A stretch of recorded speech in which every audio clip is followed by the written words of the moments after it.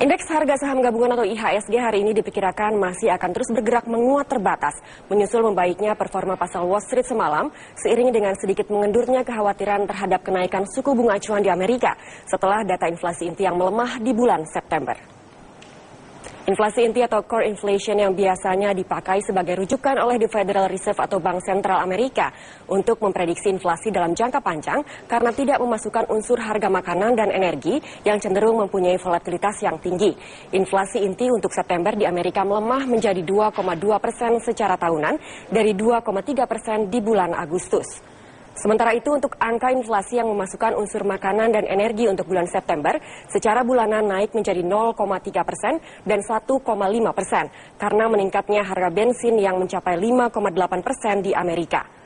Hari ini di Amerika akan diumumkan data penjualan dan pemesanan rumah baru untuk bulan September yang tampaknya belum berubah banyak pada angka 1,14 juta unit secara tahunan. Dari Tiongkok, hari ini akan diumumkan data pertumbuhan ekonomi untuk kuartal ketiga yang tampaknya akan tumbuh sedikit membaik menjadi 6,8%, setelah di dua kuartal sebelumnya hanya tumbuh 6,7%. Hari ini dari Tiongkok juga akan diumumkan data pertumbuhan investasi berpendapatan tetap atau fixed income ke angka 8,2% di bulan September dan 8,1% di bulan sebelumnya. Selain itu, data penjualan retail untuk bulan September diperkirakan stabil di angka 10,6% secara tahunan di bulan September. Dan data produksi industri diperkirakan akan tumbuh menjadi 6,5% di bulan September dari 6,3% di bulan sebelumnya. Membaiknya data perekonomian di Tiongkok seharusnya menjadi katalis positif untuk berinvestasi di pasar saham dan komoditi, mengingat status negara Tiongkok sebagai negara dengan ekonomi terbesar kedua setelah Amerika.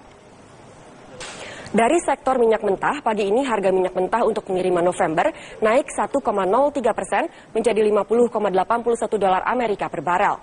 Setelah The American Petroleum Institute mengungkapkan perkiraan bahwa cadangan minyak Amerika minggu lalu turun sebanyak 3,8 juta barel. Dari dalam negeri, Bank Indonesia mulai hari ini akan memulai rapat Dewan Gubernur yang akan berakhir Kamis besok. Banyak analis dan ekonom yang berharap bahwa Bank Sentral akan kembali mengendurkan kebijakan moneternya dengan menurunkan suku bunga acuan untuk membantu meningkatkan pertumbuhan ekonomi dan daya beli masyarakat.